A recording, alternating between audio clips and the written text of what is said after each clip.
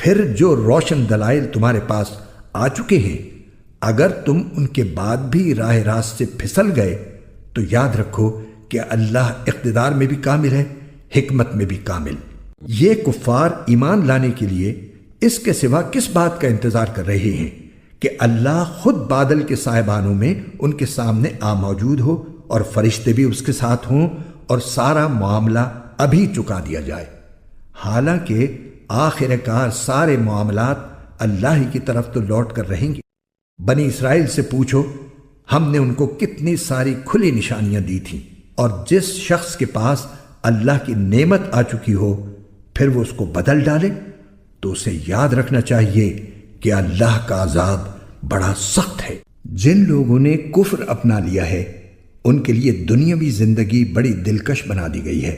اور وہ اہل ایمان کا مذاق اڑاتے ہیں، حالانکہ جنہوں نے تقوی اختیار کیا ہے وہ قیامت کے دن ان سے کہیں بلند ہوں گے، اور اللہ جس کو چاہتا ہے بے حساب رزق دیتا ہے۔